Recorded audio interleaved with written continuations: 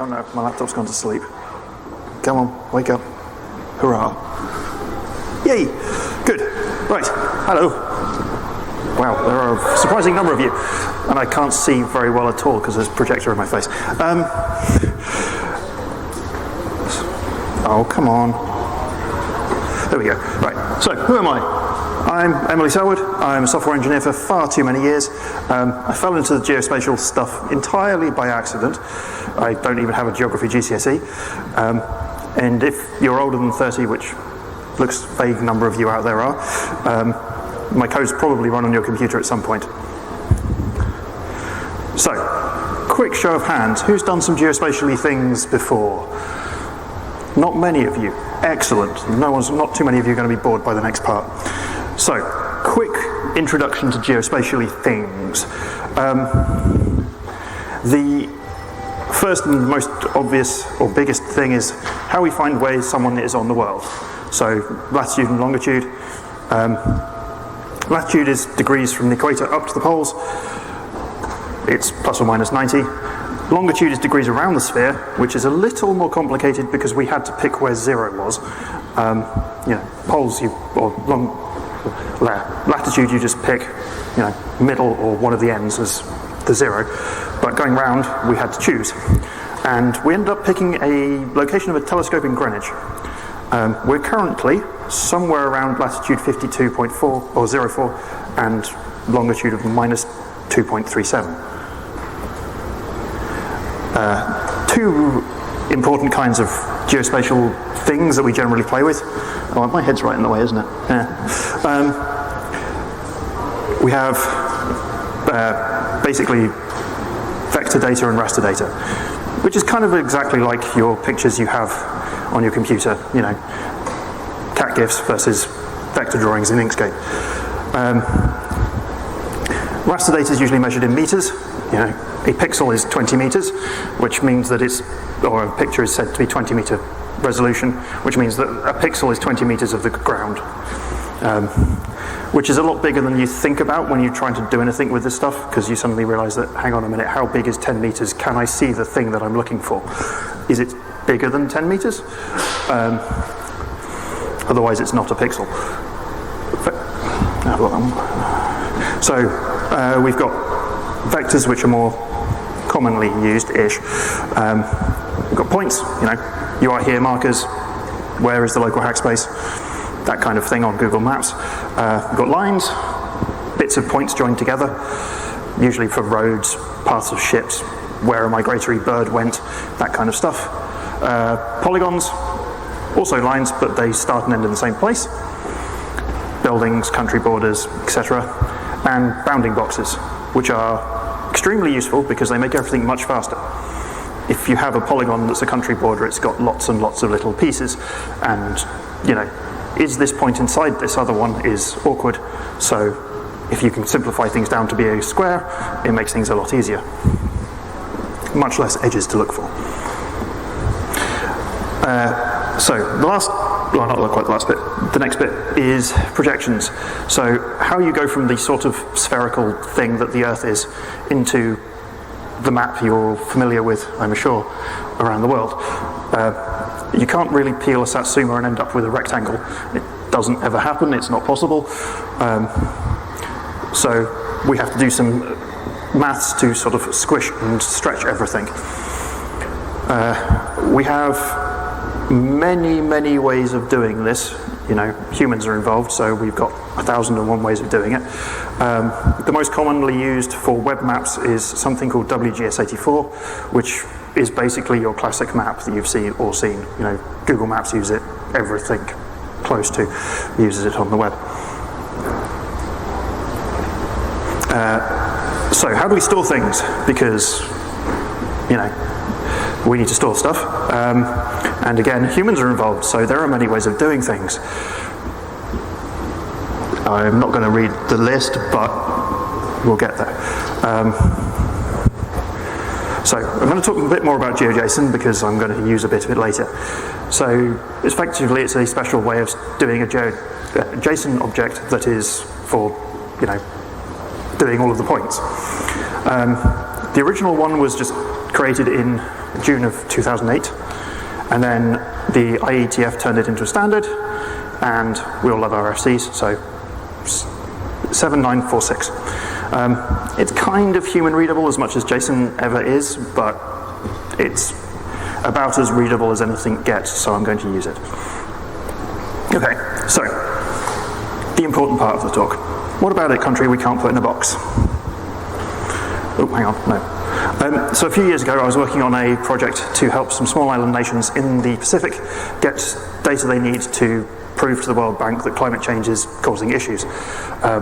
Basically they'll give you a loan if you can say, look, it really is climate change, and so you need to give them the data that proves that.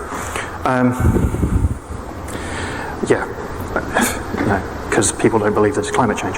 Anyway, we were working with the Solomon Islands, Vanuatu, and Fiji, which is a rather nice place in the Pacific, and it is getting screwed over by climate change. It was once part of the British Empire, gained independence in 1970, so quite late in things getting out of the British Empire. And it happens to have land on the anti-meridian, which is, plus or minus 180 degrees from Greenwich. Causes some fun. So, let's try and draw a box around it. Nice simple bounding box, because we don't want to deal with the coastline, and that's really complicated. So I picked some points, kind of clicking on a map in semi-random around Fiji.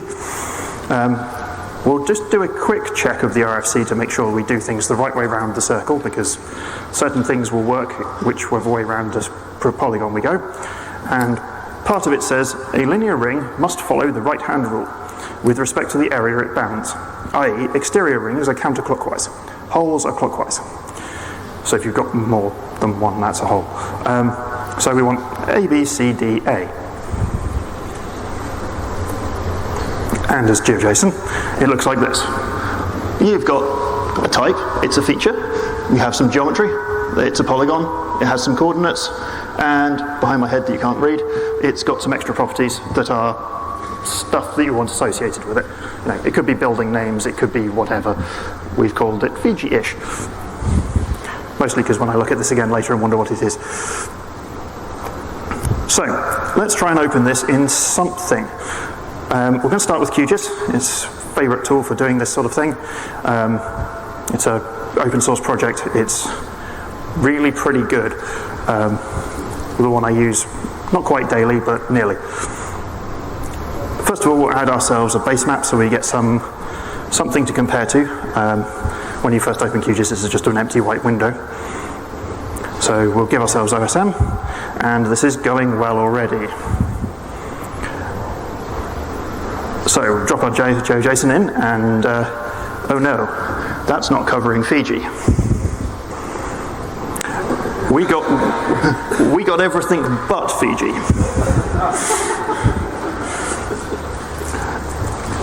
Okay, let's try something else. One online GeoJSON tool, which is sort of viewer thing. It's very handy, geojson.io. Very useful for seeing things quickly. Not again. Try something else. Esri is the other desktop tool, effectively, apart from QGIS. It's proprietary, you have to pay for it. It's a lot of money. But the less said about that, the better. Alright, what about Google Maps? I haven't found an online way of dropping GeoJSONs into Google Maps, but you can use their API to create something that renders one quite easily. Wait, it actually works. Okay, but why? The original 2008 specification for GeoJSON didn't specify which way round you did your squares.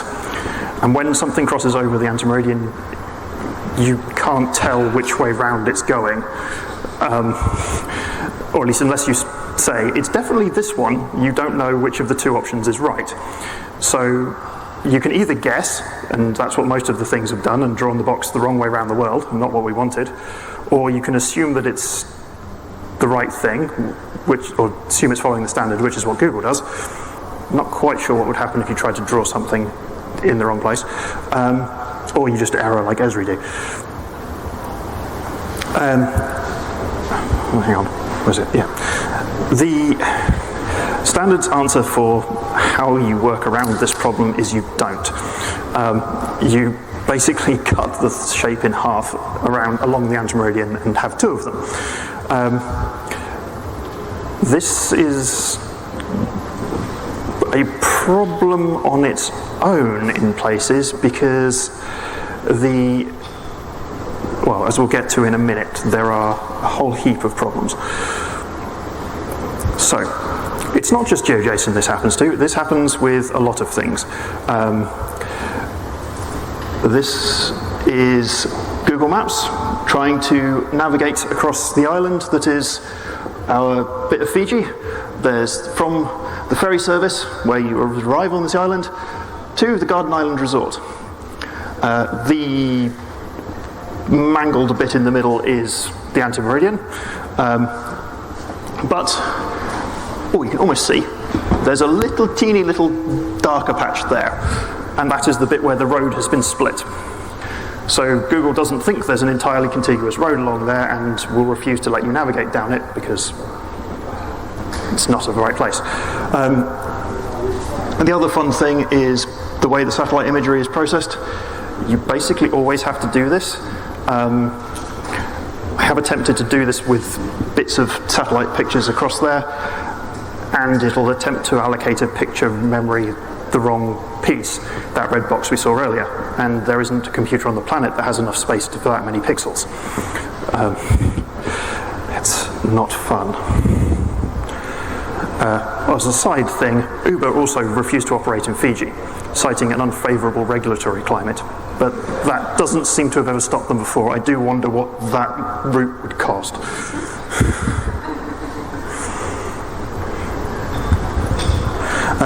So, there's a problem, but like, how big is it?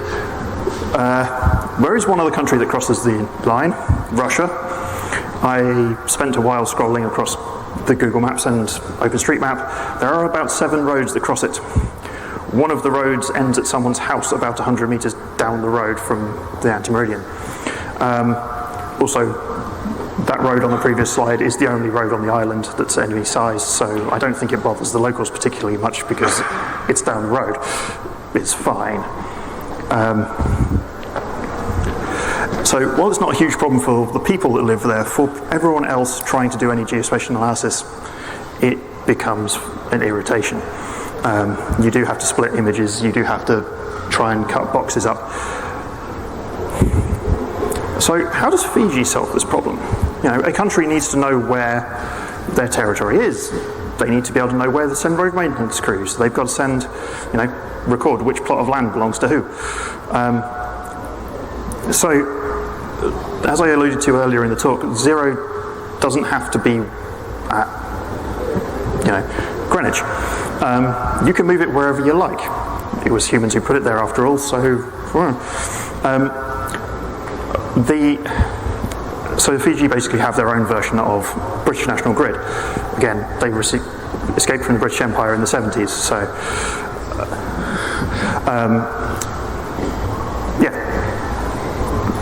So they basically put their 0 point somewhere in the Pacific off the coast of Fiji and work in meters from there. Which is great, and it works pretty well as long as you're only operating in Fiji. As soon as you need to be able to copy, move things in and out, or adjust things, it's a lot of faff and a lot of maths, because converting between projections and coordinate systems is awkward maths. And, every time humans try and do something, we tend to get it wrong, so the more of them you do, the worse it gets. Also, that's the coordinate reference site, and it gets Fiji's bounds wrong for their reference system.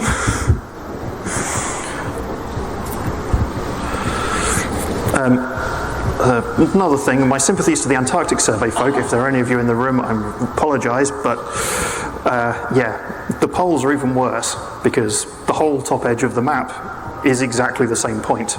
Rather than there being 2 of them, it's all the same place, and very little deals well with that.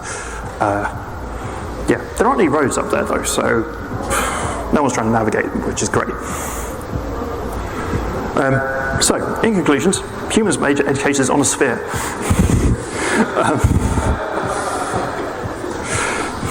When we're writing software, most of our time is dealing with the edge cases. The middle of the map is always easy. Sometimes we just have to move the middle of the map to be where we need it to be rather than on the edges. And thank you. I think that's it.